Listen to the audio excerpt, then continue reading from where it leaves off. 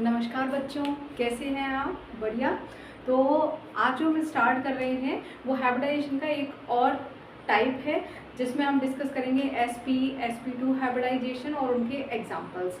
पिछली वीडियो में मैंने आपको sp3 हाइब्रिडाइजेशन डिस्कस किया था, उनके 2-3 एग्जांपल्स हमने डिस्कस किए थे और उन एग्जांपल्स के बेसिस पे जो क्वेश्चन बनता है वो भी हमने आपके साथ डिस्कस किया था। तो ये जो अगर वीडियो आप फर्स्ट टाइम देख रहे हैं तो इसको देखने के पहले आप मेरा वो प्रीवियस वीडियो ज़रूर देख लीजिएगा।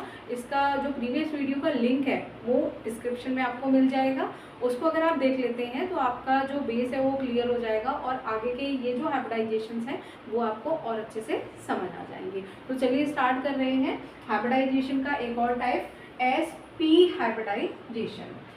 इसमें आप देख रहे हैं कि एक S और एक P यहाँ पे इन्वॉल्व हुआ है। मीन्स यहाँ पे मैं जो एग्जांपल ले रही हूँ इसको समझाने के लिए वो लिया है बेरिलियम क्लोराइड। ठीक है, बेरिलियम यहाँ पे इलेक्ट्रॉन नंबर होता है इसका 4 और कन्फिग्रेशन अगर देखें तो 1s2 2s2 होता है। अब यहाँ पे मैंने आपको पहले भी बताया है कि हम आउटर सेल के इलेक्ट्रॉन्स को यहाँ पे शो कराते हैं। ऐसा क्यों करते हैं? ऐसा इसलिए करते हैं क्योंकि जो आउटर सेल के इलेक्ट्रॉन्स होते हैं वही रिएक्शन में पार्टिसिपेट करते हैं। अब यहाँ पे आप देख रहे हो कि 2 इलेक्ट्रॉन्स हैं यहाँ रिएक्शन में पार्टिसिपेट करने के लिए, बॉन्ड बनाने के लिए क्लोरीन के साथ, लेकिन यहाँ पे एक प्रॉब्लम फेस कर रहे हैं आप कह रहे हैं कि मैम यहाँ तो दोनों इलेक्ट्रॉन्स हैं वो पेयर बना के बैठे हैं, फिर क्लोरीन किसके साथ आके ऐड होगा?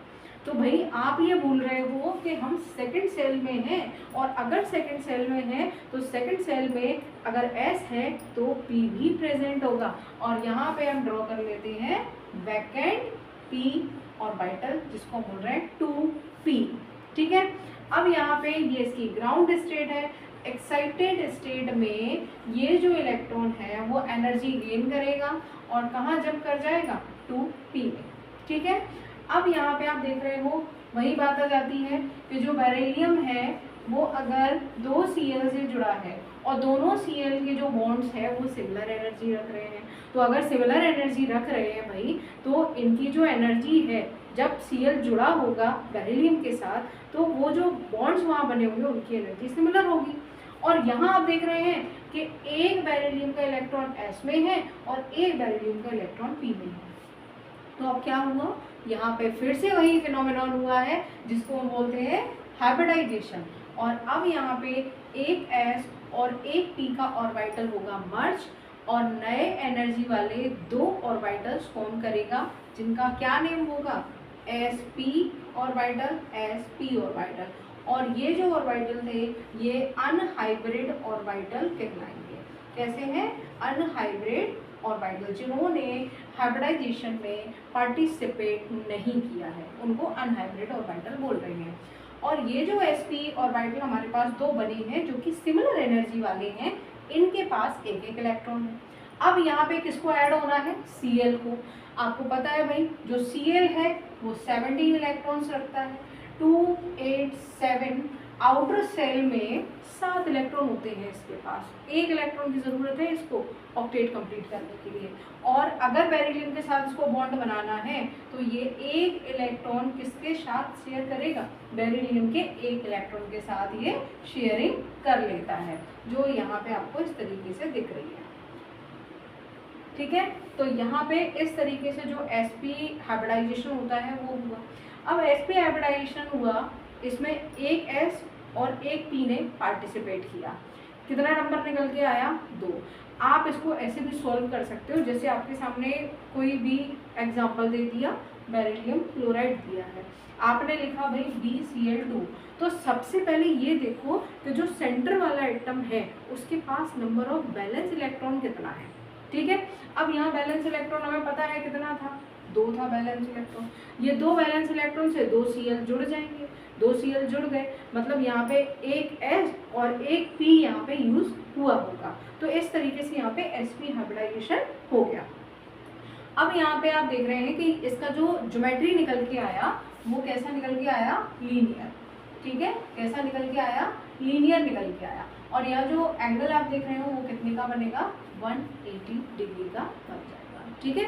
तो इस तरीके से ये sp हाइब्रिडाइजेशन बेरिलियम क्लोराइड का एक एग्जांपल आपके सामने मैंने दे दिया। बॉन्ड एंगल और उसकी ज्योमेट्री आपको याद करते जाना है, साथ ही साथ इसको आप बिल्कुल भूलिएगा नहीं। अगर आप ये नहीं करेंगे तो फिर बाद में आपको बड़ी प्रॉब्लम फेस करनी पड़ेगी, क्योंकि एक साथ एग्ज़ाम के टाइम पे आप कुछ नहीं कर सकते। प्रीवियस वीडियो में भी कहा था मैंने, फिर कह रही हूँ, जो जो आप लर्न करते हैं, जो जो आप सीखते हैं, उसको लिख के ज़रूर देखिएगा। लिखने से आपकी वो चीज़ और ज़्यादा आपको क्लियर होती है। आपको अगर कोई डाउट भी होता है ना, तो जब आप नोट्स बना रहे होते हैं सेल्फ के, शॉर्ट नोट जरूर बनाइएगा, तो वो उस टाइम पे आपको चीज़ें क्लियर होती जाती हैं और डाउट्स भी आपके जल्दी सामने निकल के आते हैं। ठीक है, तो नेक्स्ट एग्जाम्पल हम देख लेते हैं नेक्स्ट हाइब्रिडाइजेशन के साथ। sp2 हाइब्रिडाइजेशन के लिए जो एग्जाम्पल हम यहाँ ले रहे हैं वो है बोरोन ट्राइक्लोराइड। ठीक है, अब बोरोन ट्राइक्लोराइड में मैंने आपको क्या बोला था, बड़ा आसान सा तरीका है। सबसे पहले क्या ढूंढना है, सबसे पहले उसके वैलेंस इलेक्ट्रॉन ढूंढने हैं, और उसके लिए लीस्ट नंबर पे कौन दिया है, बोरोन दिया है। एटॉमिक नंबर 5 होता है, 1s2 2s2 और 2p1। ठीक है, ये आपको दे रखा है। आउटर सेल के इलेक्ट्रॉन्स लेते हैं, 2 इलेक्ट्रॉन हो गए s में और यहाँ हो गया 1 इलेक्ट्रॉन p में। कितने Cl ऐड कराने हैं, 3, और 3 Cl के लिए 3 अनपेयर्ड इलेक्ट्रॉन होने चाहिए, लेकिन हमारे पास 2 अनपेयर्ड इलेक्ट्रॉन है, तो हमें इसको एक्साइट कराना पड़ेगा। और एक्साइट कैसे होगा, ये इलेक्ट्रॉन एनर्जी गेन करेगा और जंप कर जाएगा 2p और वाइटल में। तो यहाँ पे इस तरीके से हमारे पास 3 अनपेयर्ड इलेक्ट्रॉन्स हो गए, और 3 अनपेयर्ड इलेक्ट्रॉन्स में 3 Cl ऐड होना चाहते हैं, कोवेलेंट बॉन्ड फॉर्म करना चाहते हैं, इसके साथ कंपाउंड बनाना चाहते हैं, तो ये यहाँ पे एक S और P के 2 ऑर्बिटल्स हाइब्रिडाइजेशन में पार्टिसिपेट करेंगे और सिमिलर एनर्जी वाले sp2 sp2 sp2 hybrid orbitals बनेंगे, और एक जो ऑर्बिटल रह गया ये कैसा है, अनहाइब्रिड ऑर्बिटल। ठीक है, अब ये जो 3 हाइब्रिड हैं इनकी एनर्जी सिमिलर है, sp2 sp2 sp2 एक जैसे ऑर्बिटल बने हैं, और यहाँ पे आप देख रहे हो कि एक एक इलेक्ट्रॉन प्रेजेंट है। अब Cl आएगा और अपने एक इलेक्ट्रॉन के साथ इसके साथ शेयरिंग करेगा, और शेयरिंग करके क्या फॉर्म कर लेगा, BCl3। अब बात कर लेते हैं इसके ज्योमेट्री की। तो यहाँ जो ज्योमेट्री बनेगी वो बनेगी ट्राइगोनल प्लेनर। क्या बनेगा, ट्राइगोनल प्लेनर, और बॉन्ड एंगल बनेगा 120 का।